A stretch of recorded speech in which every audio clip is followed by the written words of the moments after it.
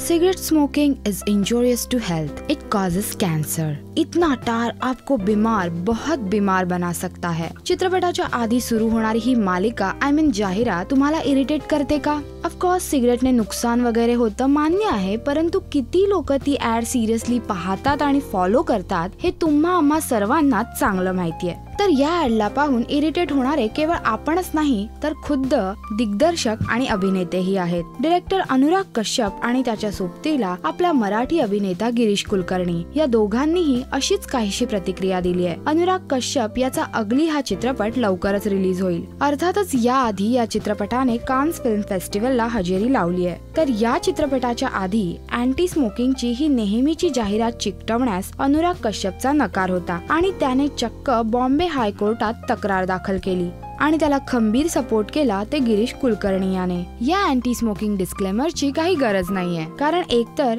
त्यात कोणी लक्ष घालत नाही किंवा अर्धे त्याकडे दुर्लक्ष करतात असं गिरीशचं म्हणणं आहे। तेही खरंय आणि गव्हर्नमेंट तरी कुठे मनापासून ही जाहिरात दाखवते। या जाहिरातीत सिगरेटचे दुष्परिणाम दाखवताना सगळ्या पाकिटांची कव्हर ब्लर केलेली असतात, म्हणजे आम्ही कोणत्याही ब्रँडवर आक्षेप घेत नाहीये असं काहीसं सरकारचं म्हणणं असावं। शेवटी गव्हर्नमेंटला ही श्रीमंतांचे हितसंबंध जपायचे आहेतच, नाही का?